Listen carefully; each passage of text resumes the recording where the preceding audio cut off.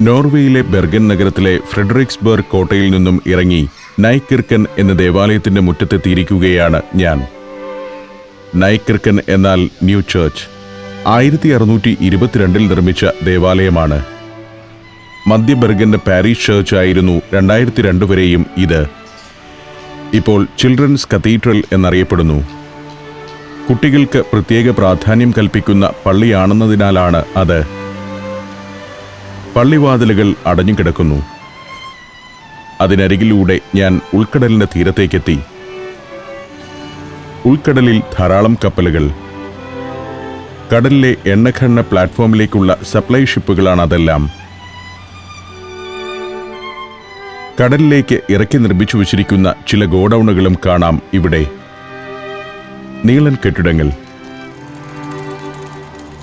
കപ്പലുകളിൽ കയറ്റുന്നതിനുള്ള ചരക്കുകൾ കൊണ്ടുവന്ന് സൂക്ഷിക്കുന്ന ഇടമാണ്.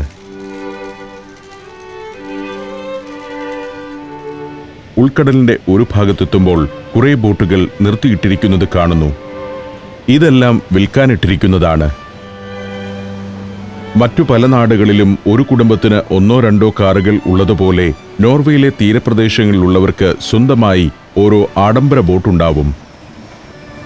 തീരത്ത് ഇക്കാണുന്ന കെട്ടിടം ബോട്ട് വിൽപ്പനയുടെ ഓഫീസാണ്. അവരുടെ ബോട്ടുകളാണ് കെട്ടിടത്തോട് ചേർന്ന് നിർത്തിയിട്ടിരിക്കുന്നത്. ഉൾക്കടലിനപ്പുറം ബ്രിഗൻ എന്ന നഗരഭാഗം.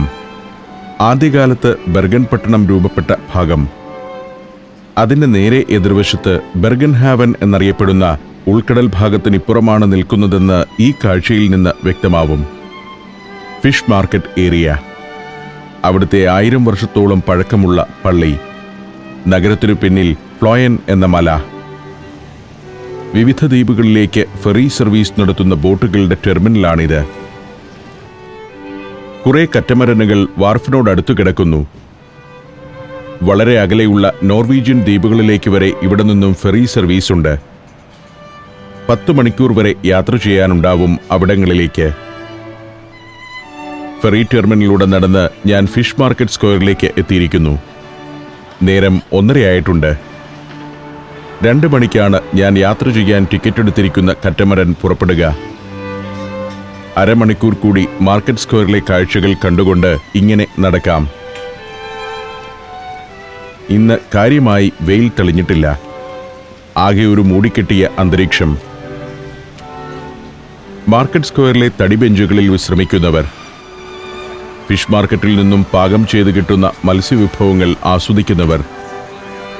അവരെയെല്ലാം പിന്നിട്ട് ഞാൻ കറ്റമരൻ പുറപ്പെടുന്നിടത്തേക്ക് നടക്കുകയാണ്.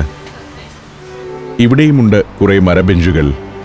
സമീപത്തെ കിയോസ്കിൽ നിന്നും ഒരു ഹോട്ട് ഡോഗും ജ്യൂസും വാങ്ങി ഞാനും ബെഞ്ചുകളിലൊന്നിൽ ഇരിപ്പുറപ്പിച്ചു. കാത്തിരിക്കുന്നവർക്കരികിൽ ഭക്ഷണശകലങ്ങൾ കൊത്തിപ്പെറുക്കി കാക്കകളും പ്രാവുകളും. വാർഫിന്റെ ഒരറ്റത്ത് ചെറിയൊരു മരക്കെട്ടിടമുണ്ട്. ഹാർബർ ടൂറിനും ഫ്യോർഡ് ക്രൂസിനുമുള്ള ടിക്കറ്റുകൾ അവിടെ നിന്നും എടുക്കാം. ഞാൻ പക്ഷേ ഇന്നലെ തന്നെ ഇന്നത്തെ യാത്രയ്ക്കുള്ള ടിക്കറ്റ് എടുത്തിരുന്നു. ഇനിയുമുണ്ട് 1/4 മണിക്കൂർ കൂടി. എന്നാൽ ഇത്തരം സ്ഥലങ്ങളിൽ സമയം തെറ്റിക്കാതെ എത്താൻ ശ്രദ്ധിക്കണം. കാരണം ഫ്യോർഡ് ക്രൂസ് പോലുള്ള പരിപാടികളിൽ ബോട്ട് ആർക്കു വേണ്ടിയും കാത്തുനിൽക്കില്ല. അതിൽ കയറിപ്പറ്റാനായില്ലെങ്കിൽ നമുക്ക് തന്നെയാണ് നഷ്ടം. ബെർഗന് ഒരു പ്രത്യേകതയുണ്ട്. ഓരോ സ്ഥലത്തും നിൽക്കുമ്പോൾ ഈ പട്ടണം തന്നെയാണോ ഇന്നലെ കണ്ടതെന്ന് സംശയിച്ചു പോകും.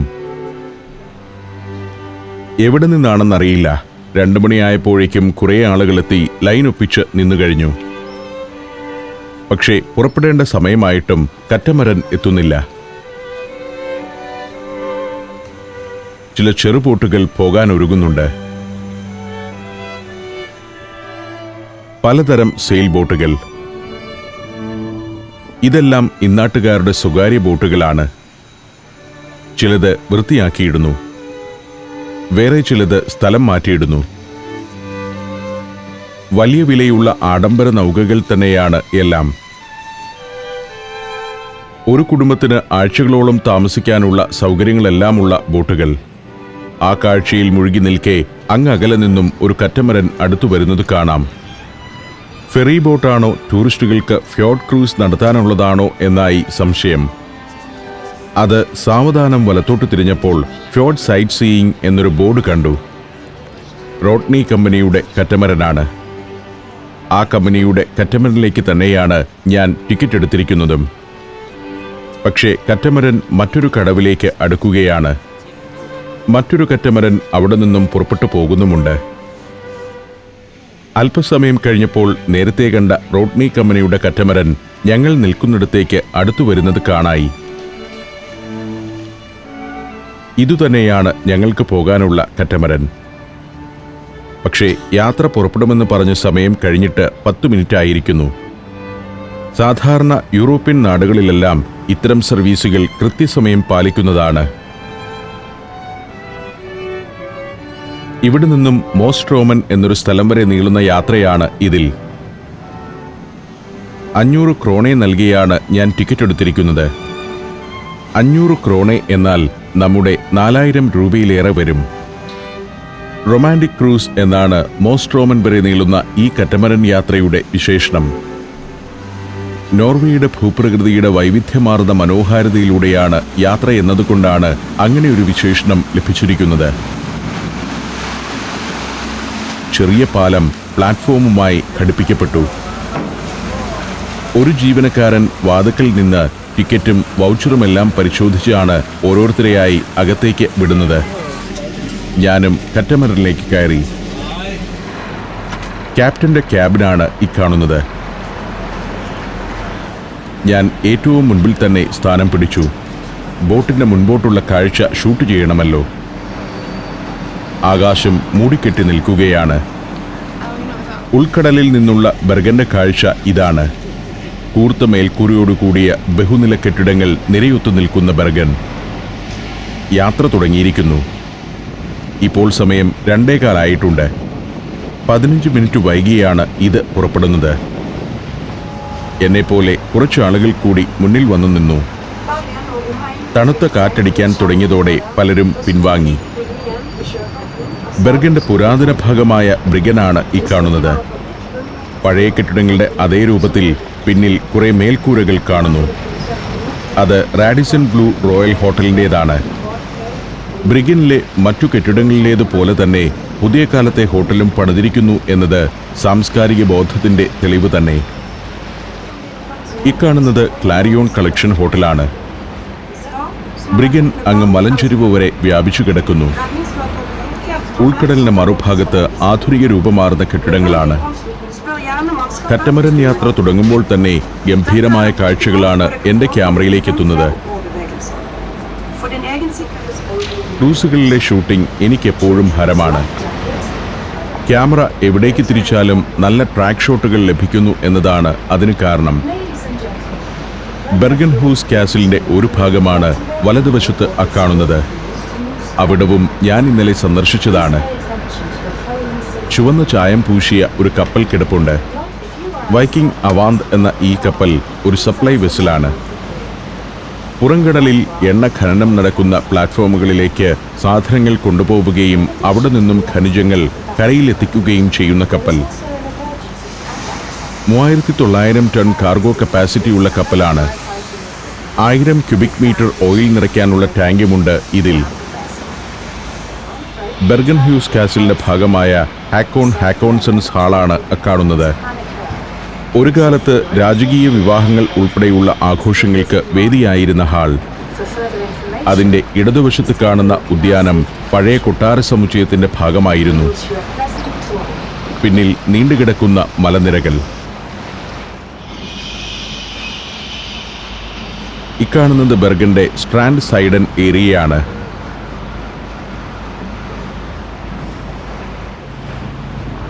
മറ്റൊരു സപ്ലൈ വെസൽ ഇവിടെയുണ്ട്. കോങ്സ്ബോർഗ് എന്നാണ് ഇതിൻ്റെ പേര്. കടലിലെ ഓയിൽ ഗ്യാസ് ഫീൽഡുകളിലേക്കുള്ള സപ്ലൈ ഷിപ്പാണ് ഇതും. ഹാവില്ല ജൂപ്പിറ്റർ എന്ന മറ്റൊരു വിവിധോദ്ദേശ കപ്പലാണ് ഇത്. Platform supply, rescue and recovery, subsea construction എന്നീ മേഖലകളിൽ നോർത്ത് സീയിലെ സാന്നിധ്യമാണ് ഹാവില്ല ജൂപ്പിറ്റർ. ഹെലിപാഡ് ഉൾപ്പെടെയുള്ള സൗകര്യങ്ങളുള്ള സപ്ലൈ ഷിപ്പുകൾ ബെർഗന്റെ തീരത്തോട് ചേർന്ന് കാണാം. നോർത്ത് സീയിലെ ഖനന പ്രവർത്തനങ്ങൾ മിക്കതും ഏകോപിപ്പിക്കുന്നത് ബെർഗനിൽ നിന്നാണ്. നോട്ട്നസ് ഏരിയയിലൂടെയാണ് ഇപ്പോൾ കടന്നു പോകുന്നത്. ബ്രിഗന്റെ നേരെ എതിർവശത്തുള്ള പ്രദേശമാണ് നോട്ട്നസ്. ബെർഗൻ ഹാവൻ എന്ന ചെറിയ ഉൾക്കടലിന്റെ ഭാഗങ്ങൾ ഏതാണ്ട് ഇവിടം കൊണ്ട് അവസാനിക്കുന്നു. ഇനി കറ്റമരൻ ബൈഫ്യോർഡൻ എന്ന വലിയ ഉൾക്കടലിലേക്ക് പ്രവേശിക്കുകയാണ്. തിരക്കേറിയ ഗതാഗതത്തിന് കേന്ദ്രം കൂടിയാണ് ബൈഫ്യോർഡൻ. ഇവിടെ മറ്റൊരു സപ്ലൈ ഷിപ്പ് കിടപ്പുണ്ട്, റം ഗാംബ്ലർ. 2010 മുതൽ നോർവേയെയും മറ്റ് യൂറോപ്യൻ രാജ്യങ്ങളെയും ബന്ധപ്പെടുത്തി ചരക്ക് നീക്കം നടത്തുന്ന കപ്പലാണ്. ബൈഫ്യോർഡനിൽ നിന്ന് കാണുമ്പോൾ ബെർഗൻ ഹാവന്റെ കാഴ്ച ഇതാണ്. Saudi Arabia, United Arab Emirates, Kuwait. സഞ്ചാരം വോള്യം നമ്പർ 20. ഫുൾ HD-യിലുള്ള അപൂർവ ദൃശ്യയാത്രാ വിവരണ ശേഖരം ഉടൻ സ്വന്തമാക്കാൻ സഞ്ചാരം എന്ന് SMS ചെയ്യൂ. ഫോൺ 9995444222. സ്ക്യൂട്ടേവിക്കൻ എന്ന പ്രദേശമാണ് അക്കാണുന്നത്. ബൈഫ്യോർഡനിലേക്ക് കയറിയതോടെ കറ്റമരന്റെ വേഗം കൂടിയിരിക്കുന്നു. ബെർഗന്റെ ചരിത്രം ബൈഫ്യോർഡനുമായി ഇഴചേർന്ന് കിടക്കുകയാണ്. വടക്കോട്ട് നീണ്ടുകിടക്കുകയാണ് ബൈഫ്യോർഡൻ. അതിന്റെ തീരത്തു നിന്നും മലഞ്ചെരുവ് വരെ വ്യാപിച്ചു കിടക്കുന്ന കെട്ടിടങ്ങളുടെ നിരയാണ് ഇവിടെ ഇരുന്നുള്ള കാഴ്ച. ആഴക്കടലിൽ ഉപയോഗിക്കാവുന്ന റിമോട്ട് സെൻസിംഗ് ഉപകരണങ്ങളുടെ നിർമ്മാതാക്കളായ നാക്സിസിന്റെ ഫാക്ടറിയാണ് ഇക്കാണുന്നത്. എയ്ക്കേവിക്കൻ എന്ന പ്രദേശത്തിനരികിലൂടെയാണ് ഇപ്പോൾ കടന്നു പോകുന്നത്. ബെർഗന്റെ പ്രാന്തത്തിലെ ഒരു ജനവാസ മേഖലയാണ് എയ്ക്കേവിക്കൻ. ഉൾക്കടൽ വരെ എത്തുന്ന കരിമ്പാറക്കെട്ടുകൾ, അതിൽ സുന്ദരമായ ചെറുവീടുകൾ. നോർവീജിയൻ സമ്പന്നരുടെ സുഖവാസ പ്രദേശങ്ങൾ കൂടിയാണ് ബൈഫ്യോർഡന്റെ തീരങ്ങൾ. ലോകത്തെ ഏറ്റവും സുന്ദരമായ പ്രദേശമെന്ന് നോർവേയെ വിശേഷിപ്പിക്കാനുള്ള കാരണം ഇതൊക്കെ തന്നെയാണ്. അതിമനോഹരമായിരിക്കും ആ വീടുകളിൽ നിന്നുള്ള ഉൾക്കടൽ കാഴ്ച.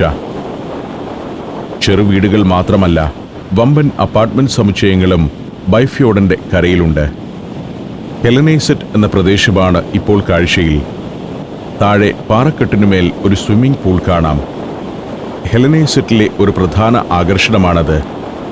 വേനൽക്കാലത്ത് നോർവേയുടെ വിവിധ ഭാഗങ്ങളിൽ നിന്നും ഒഴിവുകാലം ചെലവിടാൻ ധാരാളം ആളുകൾ എത്തുന്ന ഒരു പ്രദേശമാണ് ഹെലനേസെറ്റ്. ധാരാളം ഹോട്ടലുകളും ലോഡ്ജുകളും അവിടെയുണ്ട്. ഈ പ്രദേശത്തിന് ഈഡ്സ് വോഗൻ എന്നാണ് പേര്. ഉൾക്കടലിലേക്ക് ഒരു മുനമ്പ് പോലെ ഇറങ്ങിക്കിടക്കുന്ന പ്രദേശമാണത്. ഇക്കാണുന്ന പാറക്കെട്ടിനപ്പുറത്തേക്ക് ബൈഫ്യോർഡന്റെ ഒരു കൈവഴി നീണ്ടുകിടപ്പുണ്ട്. അതിൻ്റെ പേരും ഈഡ്സ് വോഗൻ എന്നു തന്നെയാണ്. 1 കിലോമീറ്ററിലേറെ നീളമുണ്ട് ആ ഉൾക്കടലിന്.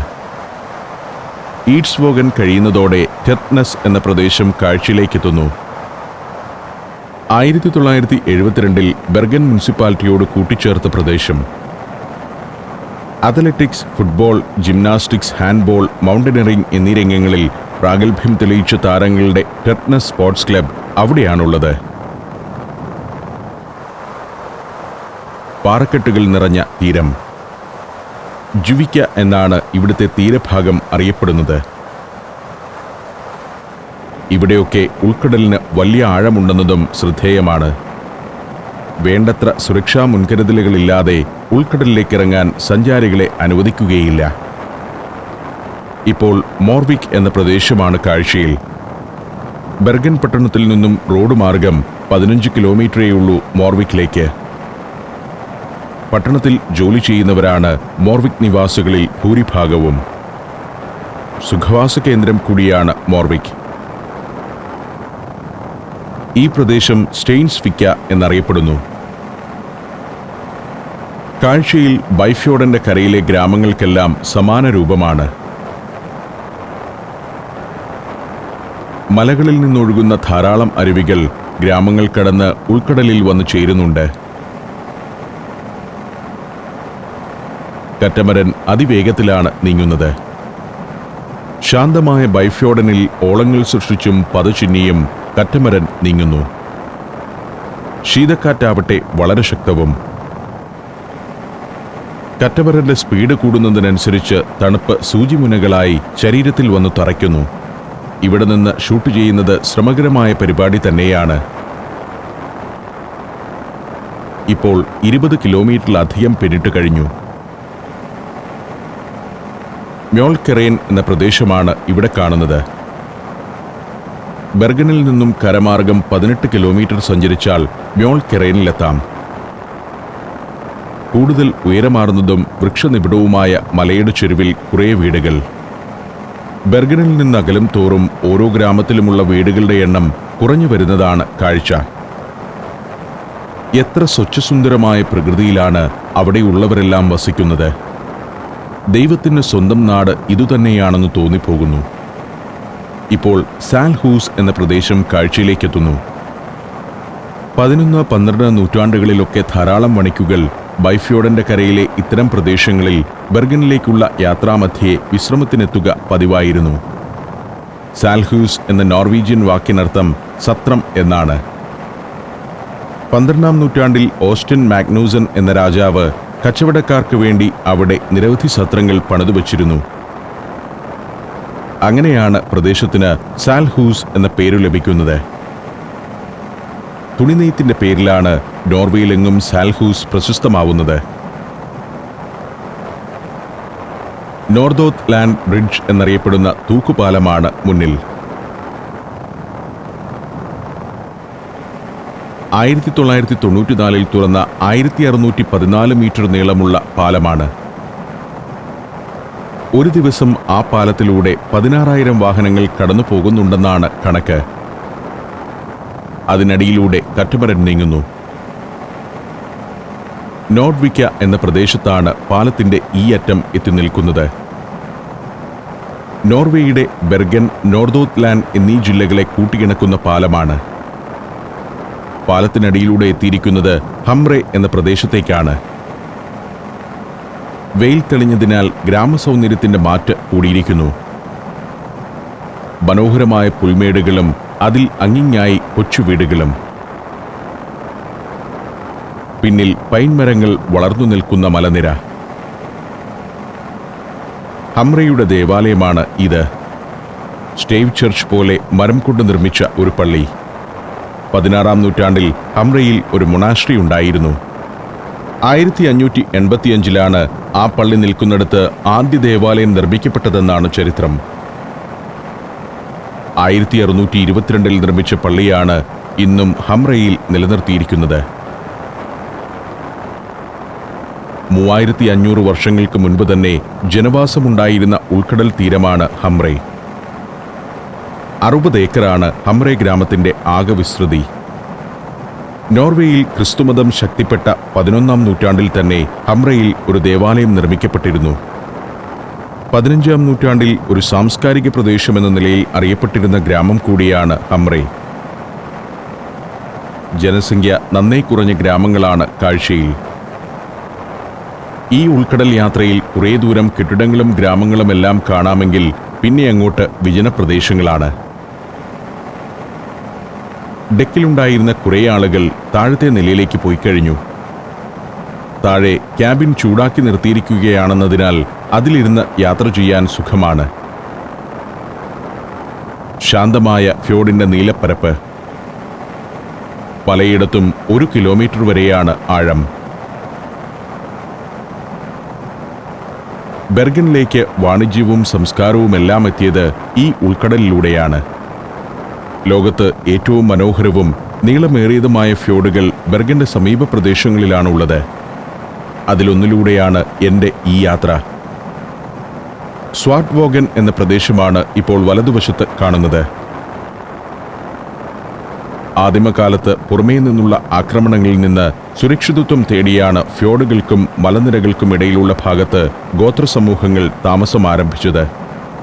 കാലക്രമത്തിൽ അവയോരോന്നും ചെറിയ ഗ്രാമങ്ങളായി രൂപപ്പെട്ടു. കരകളിലെ ഗ്രാമങ്ങളുടെ ജീവിതമത്രയും ഫ്യോർഡിനെ ആശ്രയിച്ചായിരുന്നു ഒരു കാലത്ത്. ഫ്യോർഡിൽ നിന്നുള്ള മത്സ്യബന്ധനമായിരുന്നു ആളുകളുടെ ഉപജീവനമാർഗം. ഇന്ന് വളരെയധികം കിലോമീറ്ററുകൾ ജലയാത്ര നടത്തുന്നുണ്ട് ഞാൻ.